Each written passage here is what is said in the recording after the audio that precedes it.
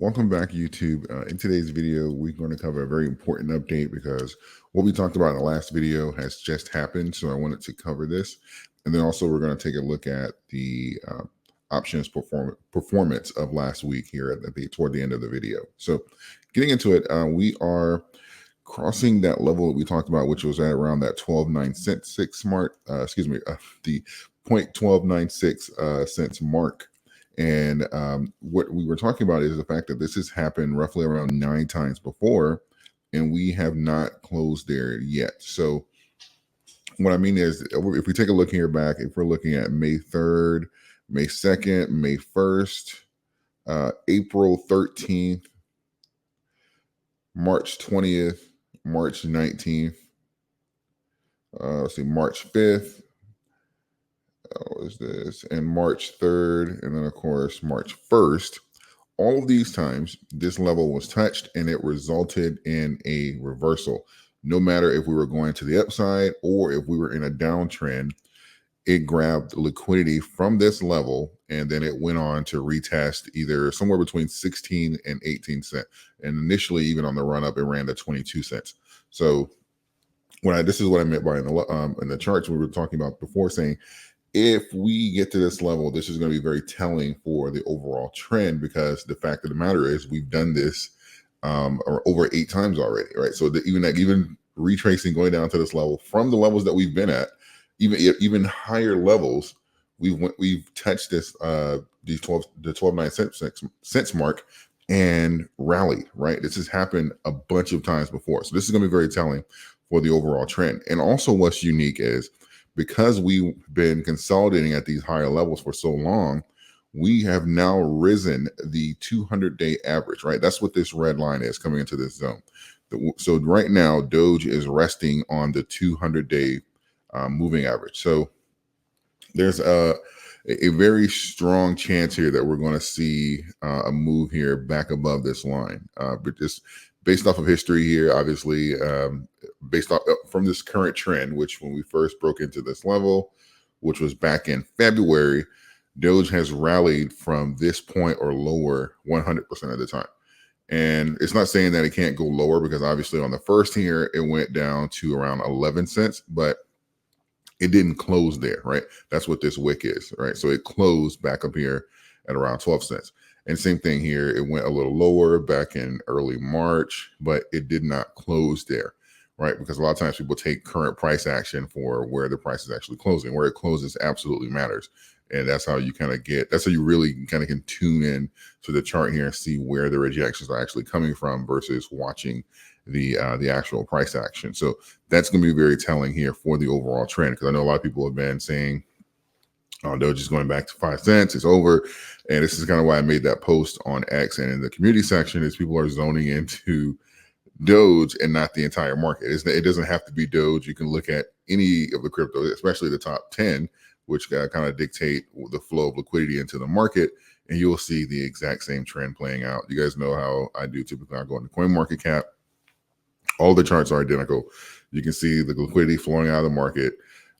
So this is not a Doge thing. No, that's what I meant by saying if we had a divergence in Doge and Bitcoin, then yeah, we can make that conclusion and say, hey, Doge is possibly topped out for this cycle here. We need to readjust everything from the second leg performance to peak bull run performance. All these things here, we can possibly make these adjustments on, because there's a divergence. But as long as liquidity is coming out of the market, the charts are identical, then there's no reason to draw those assumptions just yet. So let's take a look here at shorts to see what's going on here. Shorts, yep, shorts are rising here. It's in par, because even the wick is up here, so it's in par with the level that they had back in early June, June 7th.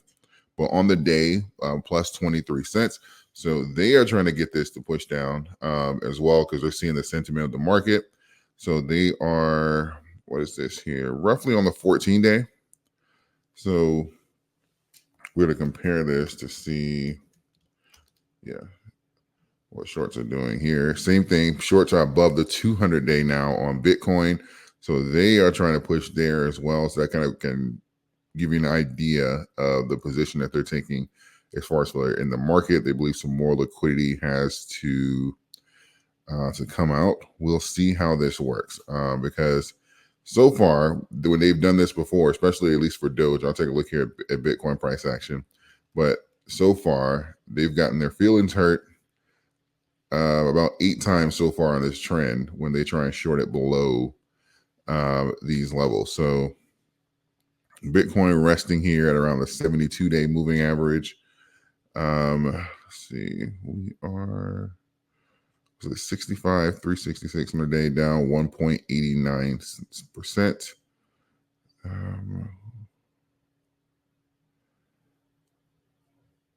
You're not even in the meeting because we're not certainly kind of, I say somewhere kind of like in the middle of the trench here, but decent amount of rejections here from that 65 mark. Very rightfully so, very telling, because typically below this mark here, this is kind of what I meant for when I was talking about Doge, saying it around this level, around 12.9. It typically puts up a fight, and we get the rejection going the other way. And it looks like that aligns with Bitcoin, because if you look at how strong these candles are, like on the 15th, the 13th, March 20th, March 19th, March 6th, and March 3rd, you'll see these are much larger candles. And for those of you who know, gaps typically fill. So if we are talking about breaking below this level, that makes a lot of sense for what we're seeing on the Dogecoin chart as well. It's when you can kind of get that fill and get it below 65, possibly to like a 62. And even then, it gets rejected a lot from there. We end up closing back at around 64, 65. So your next 24 to 48 hours are going to be very important here for what's next overall, not even just for Doge or just for Bitcoin, but for the crypto market at large. That's going to determine what some bottom projections can be based off of how these coins respond to the levels that they're at now. It's very important here for the levels that we're seeing, and just with short volume and the overall liquidity here. Because technically speaking, if Bitcoin broke below 65 and did not catch itself somewhere between like 62. We've done it once. This is not the 58,000 mark. We've done it a couple of times, but it's not the same strength level, or it doesn't have as many rejections as Doge does, but it's been there a few times here. So kind of like for Bitcoin here, if we're talking about a major sell-off, which would make what we've seen so far nothing, because just like with Bitcoin, with Doge, we've seen this many times before. We would have to break somewhere below that 57,000 mark, and then we're talking about a big pull down here, possibly even going back into the lower 40. So again, this is a big level here for Bitcoin, and that would certainly be detrimental for the crypto market. And let's look at Doge here. And for Doge, closing below the 11 cents mark, or not getting that rejection, then that's when you can open up that catalyst here and say, okay, around like 8 cents or so, right? So this would be something similar to what we saw. But this is more so like later in the bull run, but we saw, let me see if I can find it relatively quickly. Because I may have to change the chart here if TradingView doesn't catch up. But there's a day, I forget what day it was because I'll be able to go to it a lot quicker, but there's a day during the last cycle where Doge dropped from 45 cents to 12 cents. And it rebuilt after that, obviously, because that wasn't the all-time high, but that was a very shocking sell-off there in the midst of the overall bull run. So we expect these kind of volatility, but because even with it didn't even hurt the projections overall. It was just the liquidity came out of the market.